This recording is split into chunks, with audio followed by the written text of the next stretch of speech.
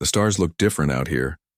Captain Jake Morrison stood on the bridge of the exploration ship Meridian, watching the view screen display a region of space no human had ever seen before. They were 3 months out from Earth, following energy readings that made no sense according to current science. "Captain, we're getting something strange on the sensors," called out Ben Carter from his position at the communications console. The young officer's voice carried excitement mixed with confusion. "There's a structure ahead, but it's massive, much bigger than anything we've cataloged." Jake moved to the sensor station where Dr. Lisa Park was already studying the readings. The xenoarchaeologist had joined the mission hoping to find traces of ancient civilizations. It looked like she might get her wish. "What are we looking at, Lisa?" Jake asked, leaning over her shoulder to view the data streams. "Something impossible," she replied, her fingers dancing across the control panel. "The structure appears to be artificial, but the dating suggests it's been here for millions of years, maybe longer." On the main screen, space shimmered and revealed their destination. A crystalline station hung in the void, orbiting a dying red star. The structure stretched for kilometers in every direction, its surface covered in geometric patterns that seemed to shift and change as they watched. Spires twisted upward from the main body like frozen lightning, while smooth domes dotted the lower sections. "My God," whispered Commander Steve Walsh, the mission's diplomatic officer. "It's beautiful." The Meridian moved closer, its crew of 12 humans staring in wonder at the ancient station. Jake had seen many alien structures during his years in the fleet, but nothing like this. The station seemed to pulse with a faint inner light as if it were alive. "Captain, I'm detecting other ships in the area," Ben reported. "Looks like we're not the only ones who found this place." The view screen split to show 3 different vessels maintaining a safe distance from the station. Jake recognized the sleek lines of a Zelthari scout ship, the blocky design of a Corvan trader, and the elegant curves of an Etherian exploration craft. "Hail them," Jake ordered. Ben's hands moved over his console, but after a moment he shook his head.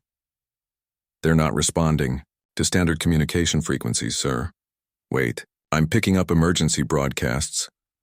The bridge fell silent as Ben routed the transmissions through the speakers.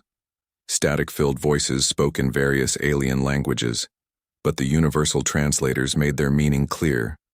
"Warning to all vessels, the structure's defenses are active. Approach is not recommended.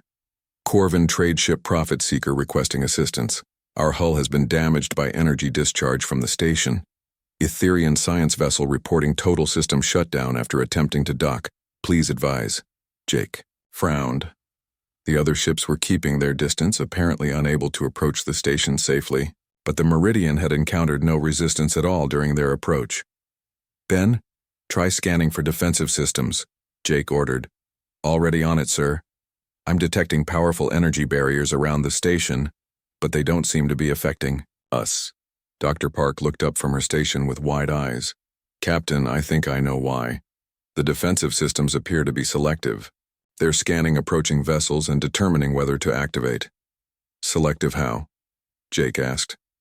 "I don't know yet, but the energy signatures suggest the station is somehow identifying different species. It's allowing us to pass while blocking the others." Jake felt a chill run down his spine. An ancient station that could distinguish between different alien species was far beyond anything in current galactic technology. Whatever had built this place was incredibly advanced. "Take us in slowly," he ordered. "Keep all weapons powered, down and shields at minimum. I don't want to provoke whatever's controlling those defenses." The Meridian continued its approach while the crew monitored every system for signs of trouble.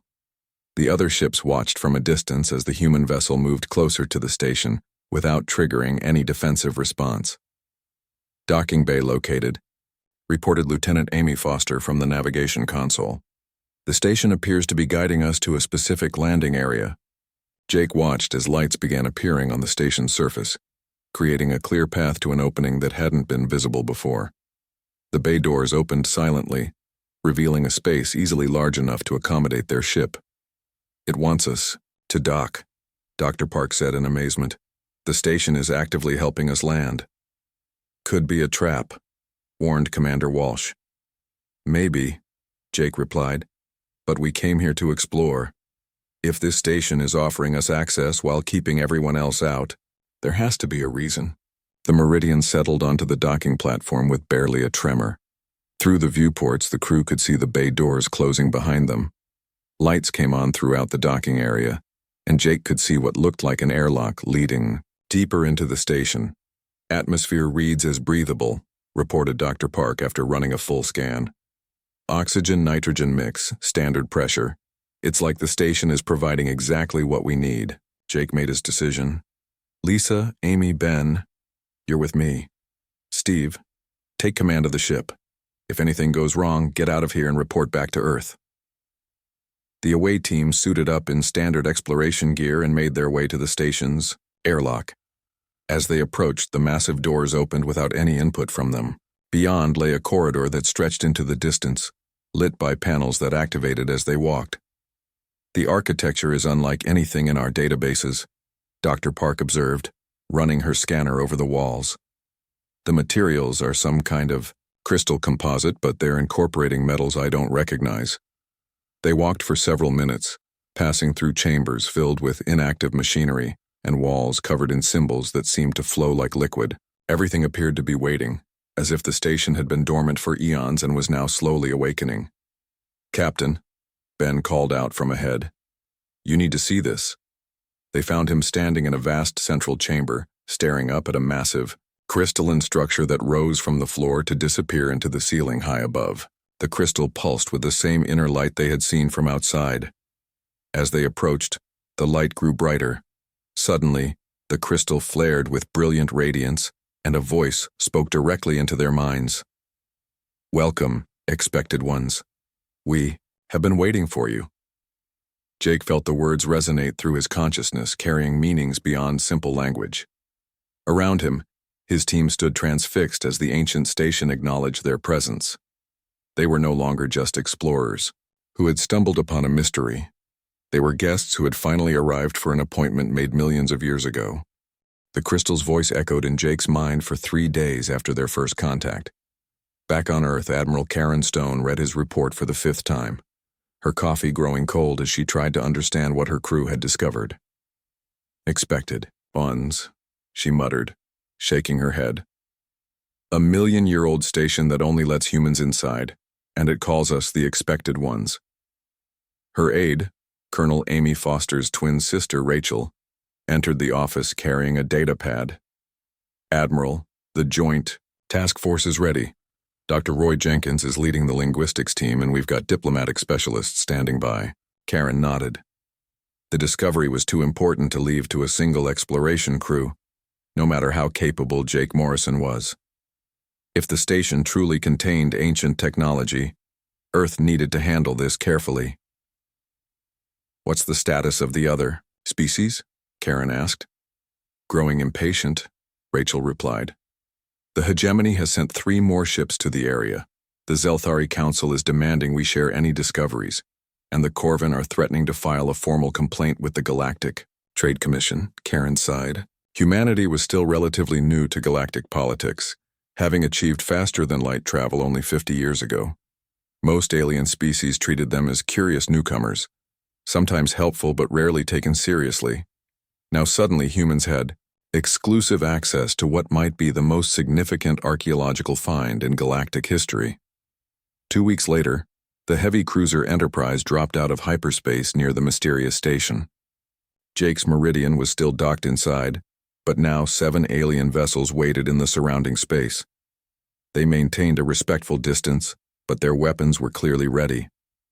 Dr. Roy Jenkins stood in the Enterprise's observation deck, studying the station through a telescope. The linguist had spent his career decoding dead languages and ancient texts. At 62, he thought his most exciting days were behind him. He was wrong. "Beautiful, isn't it?" Jake Morrison joined him at the observation window. The captain had stayed at the station, making daily reports while waiting for reinforcements. "Beautiful and terrifying," Roy replied. "In all my years studying ancient civilizations, I've never encountered anything that could actively choose who to communicate with. Most ruins are silent. This one is waiting." They watched as a Zelthari probe approached the station's perimeter. Blue energy crackled around the small device before it went dark and drifted away, disabled but not destroyed. The station's defenses were precise, neutralizing threats without causing unnecessary damage. It's been doing that for 2 weeks, Jake explained. The aliens send probes, sometimes shuttles with volunteers. The station stops them every time. But when we approach, nothing happens. The defenses just ignore us completely. The Enterprise docked without incident, adding its bulk to the Meridian in the station's vast bay. The combined crews numbered 38 humans, making it the largest human presence ever assembled around an alien artifact. Dr. Jenkins led the science team back to the central chamber where the great crystal waited. As they entered, it pulsed with welcoming light, and that strange voice spoke in their minds again. More of the expected ones arrive. Good. There is much to discuss. Roy stepped forward, his heart pounding. This was the moment he had trained for his entire life, even though he never knew it. "We are honored by your welcome," he said aloud, hoping the entity could understand spoken words as well as project thoughts. "We seek to learn from you, if you are willing to teach." The crystal flared brighter, and suddenly the chamber filled with holographic displays. Images of star systems, alien races, and technological wonders appeared in the air around them. The humans stood transfixed as thousands of years of history played out before their eyes. "I am called Keeper," the voice explained. "I was created by those you would call the ancients. My purpose is to guard their legacy and wait for those worthy to receive it." "Why us?" asked Dr. Lisa Park. "Why are only humans allowed inside?" The holographic displays shifted, showing the evolution of various species across the galaxy. Roy watched civilizations rise and fall, each following similar patterns of growth, expansion, and eventual stagnation or destruction. The ancients studied many species over millions of years, Keeper explained. They learned that most intelligent life follows predictable paths. Logic without intuition, caution without courage, order without chaos. Progress becomes impossible when a species becomes too specialized. The displays focused on humanity's development, showing the long journey from primitive primates to spacefaring civilization. Roy noticed something strange in the images. Certain, crucial moments in human history seemed highlighted, as if they were especially important. "Humans are different," Keeper continued. "You balance opposing forces that other species cannot. You use both logic and emotion. You can be cautious when needed but brave when necessary. You create order while embracing change." Commander Walsh, who had arrived with the second wave, raised his hand like a student in class. "Are you saying the other species aren't capable of this balance?" "They are capable, but not naturally inclined toward it. The Etherians prize logic above all else. The Corvin value only profit. The Zelthari worship tradition. Each has strengths but also limitations that prevent them from handling what the ancients left behind." Dr. Jenkins felt a chill as he began to understand. "You're not just guarding ancient artifacts. You're guarding something dangerous." "Knowledge is always dangerous in the wrong hands," Keeper agreed. "The ancients achieved things your science cannot yet imagine. They learned to manipulate space and time, to transfer consciousness between bodies, to reshape matter at the molecular level. Used wisely, such power could bring peace and prosperity to the galaxy. Used foolishly, it could destroy everything. The holographic displays showed the fate of species that had gained too much power too quickly. Worlds turned to glass by runaway, energy experiments, civilizations that modified themselves beyond recognition, entire star systems consumed by technologies their creators couldn't control. "So you're testing us," Jake said, finally understanding. "I'm confirming what the ancients already knew," Keeper corrected. "They studied your species for millennia, watching your development with great interest. When they departed this physical realm, they left instructions. If humans ever found this station, I was to welcome them and begin their education." The crystal pulsed and new passages opened throughout the chamber, leading deeper into the station. "The real question is not why only humans may enter without permission," Keeper said. "The question is whether humans are ready for what lies beyond these doors." Outside the station, the alien fleet continued to grow. More ships arrived daily, their crews demanding answers that the humans couldn't give without revealing secrets that might change the balance of power in the galaxy forever. Admiral Stone received regular reports from the station, each more incredible than the last. Ancient technology beyond current understanding, historical records spanning millions of years, and most disturbing of all, the growing certainty that humanity had been chosen for this role long before they even knew other intelligent life existed. The ancients didn't just find us worthy, Roy transmitted in his latest report. They may have helped make us worthy. The implications are staggering. Karen Stone stared out her office window at the stars, wondering if humanity was ready for the responsibility that seemed to be falling on their shoulders. Outside, alien ambassadors waited for audiences, demanding explanations for humanity's exclusive access to the station. The galaxy was watching, and the decisions made in the coming days might determine the future of every species among the stars. The first test chamber looked innocent enough. Dr. Roy Jenkins stood at the entrance, studying the simple room beyond. Smooth walls curved upward to form a dome, and soft light emanated from panels that seemed embedded in the crystal structure itself. In the center sat a single chair. "Keeper, what exactly happens in here?" Roy asked the station's artificial intelligence. "Each chamber presents a different evaluation," the voice replied in his mind. The ancients designed these tests to measure specific qualities they deemed essential for inheriting their knowledge. Sit and experience what your predecessors intended. Behind Roy, Jake Morrison and the other humans watched nervously. Over the past week, they had explored dozens of chambers throughout the station, but none had been active until now. Keeper had explained that the tests would only begin once a sufficient number of humans were present. Roy settled into the chair, and immediately the chamber transformed around him. The walls became transparent, revealing a vast space filled with floating islands connected by bridges of light. On each island stood puzzles and challenges that defied easy categorization. "What do you see?" Jake asked from outside the chamber. "Islands, floating in space," Roy replied, describing the scene. "But I think I'm supposed to visit them. There's a path of light leading from this chair." He stood and stepped forward. To his amazement, his foot found solid ground where none appeared to exist. The light bridge supported his weight as he walked toward the first island. The puzzle waiting there was unlike anything from human culture. Geometric shapes floated in the air, shifting and changing according to rules Roy couldn't immediately grasp. Mathematical equations appeared and disappeared, written in symbols that should have been incomprehensible but somehow made sense. What struck Roy most was that the puzzle couldn't be solved through logic alone. The patterns required intuitive leaps, emotional responses to abstract concepts. When he tried to analyze everything systematically, the shapes faded away.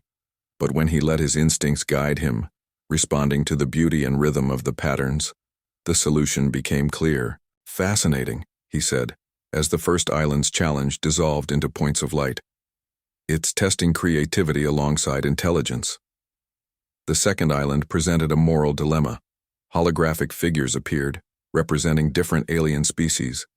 Roy recognized from galactic databases. They stood around a table where a resource distribution problem played out in real time. As Roy watched, he realized he was supposed to mediate their dispute. The Zelthari delegate demanded strict adherence to traditional allocation formulas. The Corvan representative wanted everything decided by market forces. The Etherian spoke only of logical optimization. Each approach had merit, but none addressed the underlying problem. That rigid thinking prevented adaptation to changing circumstances. Roy found himself proposing a hybrid solution that incorporated elements from each species while adding something uniquely human, the willingness to break rules when compassion demanded it. The holographic figures nodded approval and faded away. The ancients valued flexibility, Keeper explained as Roy moved to the third island. Most species develop strong cultural preferences that become limitations. Humans maintain the ability to synthesize opposing viewpoints. The remaining islands tested everything from tactical thinking under pressure to the capacity for hope in seemingly hopeless situations.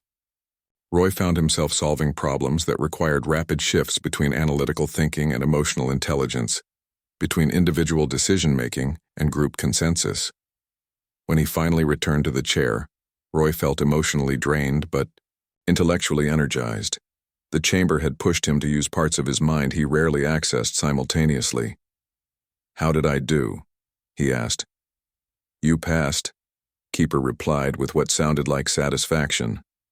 "But one human succeeding does not validate the entire species. Others must be tested." Over the following days, every human on the station took turns in various test chambers. Dr. Lisa Park faced puzzles that required archaeological intuition combined with scientific rigor. Jake Morrison navigated command scenarios that tested leadership under impossible conditions. Commander Walsh dealt with diplomatic challenges that demanded both firmness and empathy. Not everyone passed every test, but Keeper seemed unconcerned by individual failures. The artificial intelligence appeared more interested in the overall pattern of human responses. "Your species shows remarkable consistency," Keeper observed after the 20th human completed their trials. "Individual humans may fail specific challenges, but collectively you demonstrate all the traits the ancients sought." Meanwhile, outside the station, the alien fleet continued to grow. Representatives from 17 different species now maintained a blockade around the ancient structure, demanding access or explanations. Some had begun making threats. Admiral Stone received increasingly urgent communications from Earth's diplomatic corps. The Galactic Council was demanding a formal hearing. Trade agreements with several species were being threatened. Some alien governments were suggesting that if humans wouldn't share their discoveries voluntarily, they might need to be compelled. "We're walking a tightrope," Stone told her staff during a secure conference call.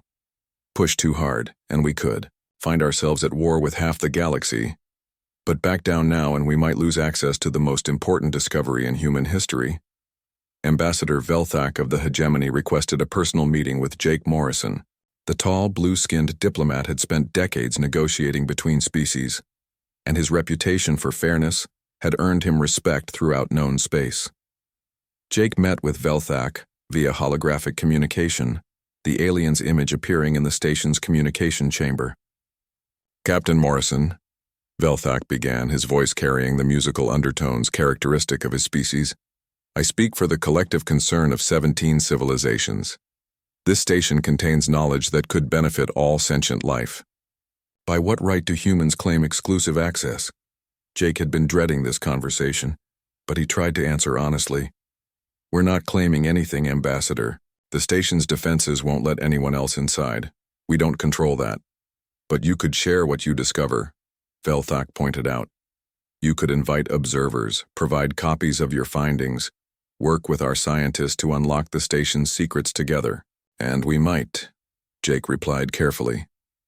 "But first we need to understand what we're dealing with. The entity controlling this station has made it clear that the knowledge here is dangerous. Maybe there's a good reason it's being selective about who gets access." Velthak's expression showed polite skepticism. "You ask us to trust that humans, the youngest species in galactic civilization, can make decisions affecting everyone's future. I'm asking you to trust that we're being careful," Jake said. "Whatever's in here, it's been waiting for millions of years. A few more weeks of caution won't hurt." After the communication ended, Jake found himself standing in the central chamber, staring up at Keeper's crystal form. The tests had revealed much about human capabilities, but they had also raised disturbing questions. "Keeper, I need to ask you something directly," Jake said. "You mentioned that the ancients studied humanity for millennia. Were they just observing, or did they influence our development?" The crystal pulsed thoughtfully before responding. "That question leads to deeper chambers, Captain Morrison. Are you prepared to learn truths that might change how your species sees itself?" Jake felt a chill but nodded. "We need to know." "Then gather your people," Keeper said. "The preliminary tests are complete. It is time to reveal why the ancients took such interest in your kind, and why they built this station to wait specifically for you." New passages opened throughout the chamber, leading to sections of the station that had remained sealed until now. Jake could sense that whatever lay beyond those doorways would answer the central question that had driven them from the beginning. why only humans could enter without permission. But he was beginning to suspect that the answer might be more disturbing than anyone had imagined. The ancients hadn't just been waiting for humans to find them. They had been shaping humanity's entire evolutionary path to ensure they would be ready when the time came. The real test wasn't whether humans were worthy of the ancients' legacy. The test was whether they could handle learning that they might not be as naturally evolved as they had always believed. The deeper chambers of the station told a story that made Dr. Roy Jenkins question everything he thought he knew about human history. Holographic displays filled the vast halls, showing Earth as it had existed millions of years ago, long before humans walked upright.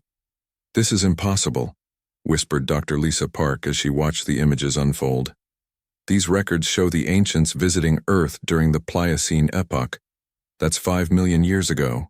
Keeper's presence filled the chamber as the artificial intelligence guided them through humanity's secret history. The ancients were explorers long before they became gardeners, the entity explained. They visited thousands of worlds, studying the evolution of intelligence across the galaxy. Most planets disappointed them. The displays shifted to show other worlds, other species in their primitive states. Roy watched civilizations that would later become the rigid, specialized societies they knew today. Even in their early development, each species showed the limitations that would eventually define them. The Zelthari were always cautious, even as primitive hunters. Keeper continued. The Corvin valued acquisition above all else from their earliest tribal days. The Etherians pursued logic to the exclusion of emotion before they even developed written language. Jake Morrison studied the images with growing unease. But humans were different? Humans were promising but flawed, Keeper replied. Your early ancestors showed the flexibility the ancients sought, but they lacked focus. They were as likely to destroy themselves as to achieve greatness. So the ancients decided to intervene. The holographic displays showed subtle changes to Earth's environment over millions of years. Asteroid strikes redirected. Climate shifts nudged in specific directions. Genetic mutations encouraged through carefully introduced viruses and environmental pressures. They guided our evolution, Roy said, his voice hollow with shock. Humans didn't develop naturally, we were designed. Not designed, Keeper corrected. Guided. The potential was always there. The ancients simply encouraged certain traits while discouraging others. They wanted a species that could balance logic with intuition, cooperation with independence, caution with courage. Dr. Park was studying the genetic data with increasing amazement. The changes are incredibly subtle. They worked within natural evolutionary processes, nudging development in specific directions over millions of years. No one could have detected this without these records. The implications were staggering. Humanity's greatest achievements, their art, their science, their ability to adapt and overcome challenges, had been influenced by ancient aliens with a specific goal in mind. What goal? Jake asked, though he suspected he already knew the answer. The chamber transformed around them, revealing the ancients themselves in their final years. They appeared humanoid but elongated, with large eyes adapted for different spectra of light. Their cities floated in space, powered by technologies that converted matter directly into energy. They achieved transcendence, Keeper explained. The ability to exist as pure consciousness, unbound by physical form. But they learned that such power required wisdom to use responsibly. Most species would abuse transcendence, using it to dominate others or reshape reality according to their limited perspectives. The holographic ancients showed signs of weariness, as if the burden of their power had grown too heavy to bear. Roy watched them debate among themselves, their gestures conveying the weight of cosmic responsibility. So they looked for successors, Jake said. They looked for guardians, Keeper corrected. A species capable of managing transcendent power without being corrupted by it. Humans showed the most promise, but they needed refinement. The ancients spent millions of years ensuring you would be ready when the time came. The displays showed the final phase of the ancients' plan. They had built stations like this one throughout the galaxy, each waiting for humanity to develop, space travel, and discover them. The stations contained not just knowledge but tests to confirm that the guided evolution had been successful. This station isn't unique, Roy realized. There are others. 17 stations wait among the stars. Keeper confirmed. Each contains different aspects of ancient knowledge. This station focuses on consciousness transfer and mental enhancement. Others house technologies for matter manipulation, faster-than-light communication, and temporal mechanics. Dr. Park looked up from her analysis with wide eyes. The other species in our galaxy, were they influenced too? To varying degrees, Keeper acknowledged. The ancients hoped to create a community of balanced species, but humans were their primary focus. Other races received minor adjustments to help them coexist with humanity when the time came. Jake felt a chill as he understood the full scope of the ancients' plan. They engineered an entire galaxy to revolve around us. They created the potential for galactic harmony, Keeper replied. Whether that potential is realized depends on choices humans make now. The implications were overwhelming. Every major decision in human history, every evolutionary leap, every cultural development that made humanity unique, all of it had been subtly influenced by beings who vanished before humans developed agriculture. The other species, Commander, Walsh said quietly. Do they know? The station's defensive systems prevent other species from learning these truths directly, Keeper explained. The ancients believed this knowledge would be too disturbing for them to accept.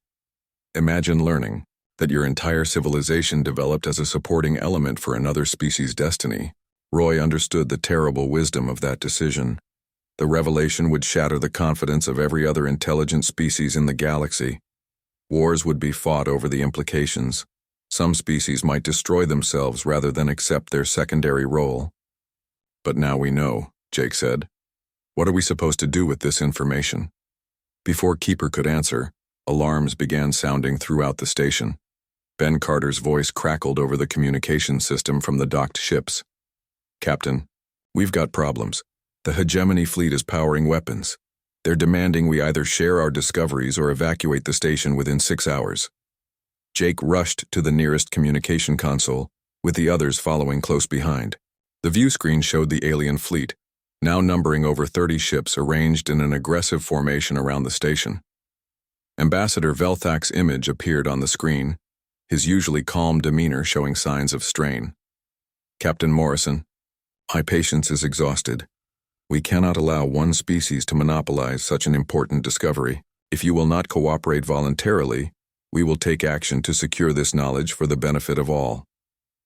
You can't even get inside the station, Jake pointed out. How do you plan to secure anything?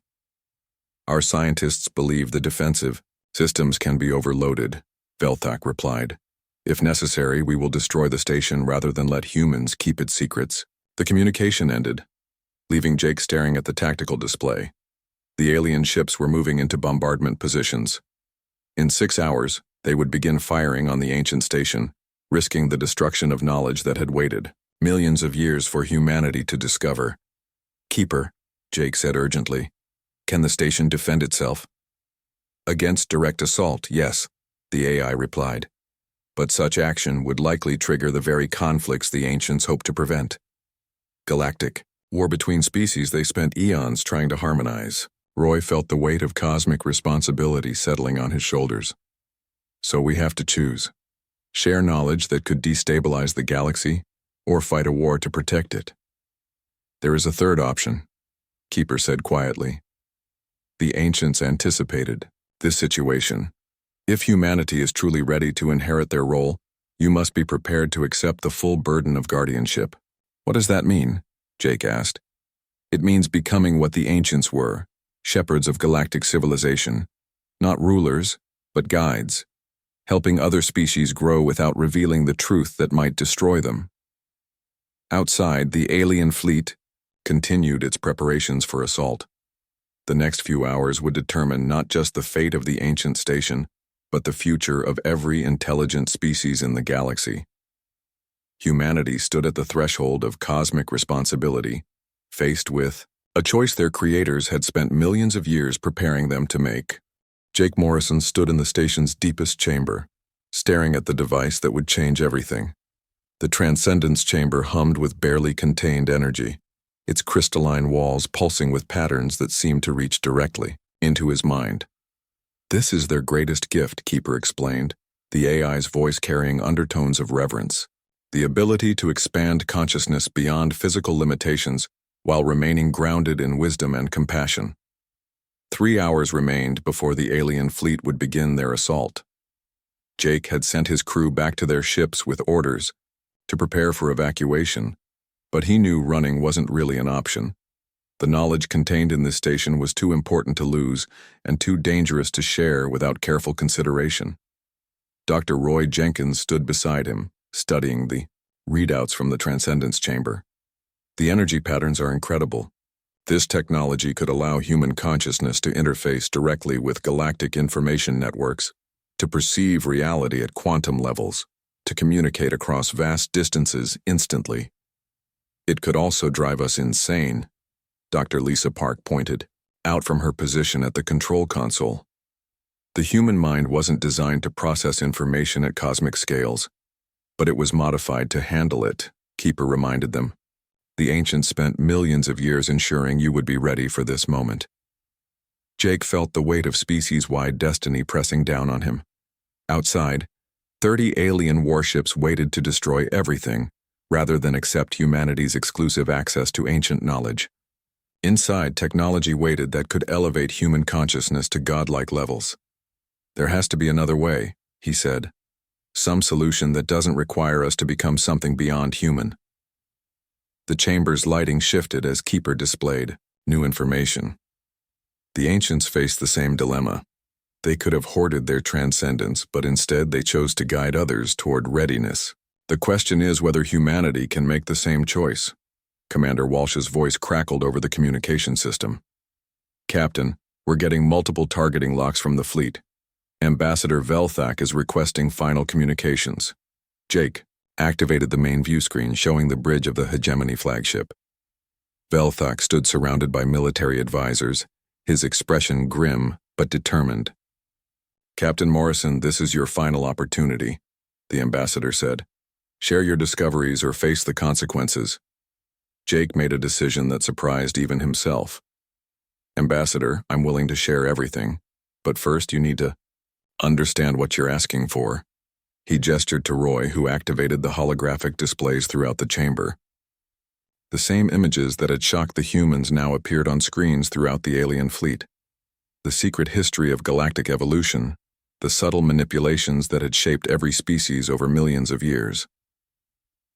Velthak's face went through a series of expressions as he absorbed the information: shock, disbelief, anger, and finally a kind of hollow understanding. This cannot be true," he whispered. "Every species in our galaxy was influenced by the ancients," Jake continued. "But humans were their primary focus. We were shaped to be guardians of their legacy, not because we're superior, but because we were designed for this specific responsibility." The communication channels filled with chatter from other ships as the revelation spread through the fleet. Some species reacted with outrage, others with despair, a few with violent denial. "You see why the ancients restricted access," Jake said to Velthak. "This knowledge destabilizes everything our civilizations believe about themselves." Velthak stared at the data streams for long minutes before responding. "If this is true, then our entire understanding of galactic history is false. Our achievements, our cultures, our very identities, were they all manipulated? They were guided toward positive outcomes." Keeper's voice somehow reached the alien ships. "The ancients did not create your civilizations. They helped them become the best versions of themselves, but the damage was already done." Across the fleet, arguments broke out as species tried to process the implications. The Zelthari ships began withdrawing, their crews apparently overwhelmed by learning their traditional caution was engineered. Several Corvin vessels powered up weapons as if they could fight the truth itself. "This is exactly what the ancients feared would happen," Roy said quietly. Jake watched the fleet dissolving into chaos and made his choice. "Keeper, I need to use the Transcendence Chamber. Jake. No, Dr. Park protested. We don't know what it will do to you. I know what it's supposed to do, he replied, stepping toward the pulsing chamber. The ancients left instructions, remember? If humanity is ready to inherit their role, someone needs to take the first step. The chamber opened at his approach, revealing a seat surrounded by crystalline interfaces. Jake settled into position as energy patterns began flowing around him. What are you planning? Roy asked urgently. To prove that humans can handle this. Responsibility, Jake replied. To show the other species that we're not trying to dominate them, but to help them. The transcendence process began gradually. Jake felt his consciousness expanding, touching information networks throughout the ancient station. Knowledge flowed through his mind. The locations of other ancient stations, the technologies they contained, the carefully balanced plan for galactic development. But more than information, he gained perspective. He could perceive the delicate web of relationships between species, the careful balance the ancients had tried to create. He understood why they had been so selective about sharing transcendence. The temptation to use such power for personal gain was overwhelming. Through the station's communication systems, Jake addressed the alien fleet directly. His voice now carried harmonics that spoke to the deepest levels of consciousness in every species present. I understand your fear, he said, his words reaching every ship simultaneously. Learning that your development was guided feels like losing your identity. But look at what you've accomplished. Your art, your science, your capacity for growth, these came from within you. The ancients only encouraged what was already there. He shared his expanded perceptions with them, showing how each species contributed unique strengths to the galactic community. The Zelthari's caution prevented many conflicts. The Corvin's drive for profit created trade networks that connected distant worlds. The Etherians' logic provided stable foundations for interspecies law. We were all shaped to work together, Jake continued. Not because one species is meant to rule others, but because diversity makes us stronger. Through his enhanced consciousness, Jake could feel the emotional responses from across the fleet. Fear was gradually being replaced by understanding, anger by acceptance. Ambassador Velthak spoke first. If what you say is true, what happens now? Now we prove the ancients were right to trust us, Jake replied. The 17 stations contain knowledge that could transform our galaxy, but it must be shared gradually, carefully as each species becomes ready for it. He outlined a plan that had formed in his transcendent mind, a council of species working together to unlock ancient knowledge, with humans serving as coordinators rather than rulers. Each discovery would be evaluated for its impact, each technology, introduced only when the galaxy was prepared for its consequences. This is what the ancients intended, Jake concluded. Not human dominance, but human service to the greater good of all sentient life. The fleet's response came gradually. One by one, ships powered down their weapons. Velthak formally requested a meeting to discuss the formation of an interspecies research council. As Jake emerged from the Transcendence Chamber, he felt the weight of cosmic responsibility settling on his shoulders. He was still human, but now he carried the perspective of someone who had glimpsed the vast scope of galactic civilization. How do you feel? Dr. Park asked, scanning him with medical sensors. Different, Jake admitted, but still me. I think that was the point. Over the following weeks, the ancient station became the center of a new form of galactic cooperation. Representatives from dozens of species arrived to participate in careful, controlled exploration of ancient knowledge. The other 16 stations were located and similarly open to joint research teams. Humanity took its place not as the galaxy's rulers, but as its reluctant shepherds, guiding the development of transcendent technologies while ensuring they served the common good rather than individual ambition. The ancients' million-year plan had finally come to fruition. Their carefully nurtured successors had accepted the burden of guardianship, proving themselves worthy not through dominance, but through service to something greater than themselves. In his final log entry before returning to Earth, Jake wrote, We came here seeking adventure and discovery. We found responsibility and purpose. The question was never why only humans could enter without permission. The question was whether we were ready to accept what waited inside. The answer, Jake knew, would be judged by history. But for the first time since discovering the station, he felt confident that humanity would prove worthy of the trust placed in them so long ago.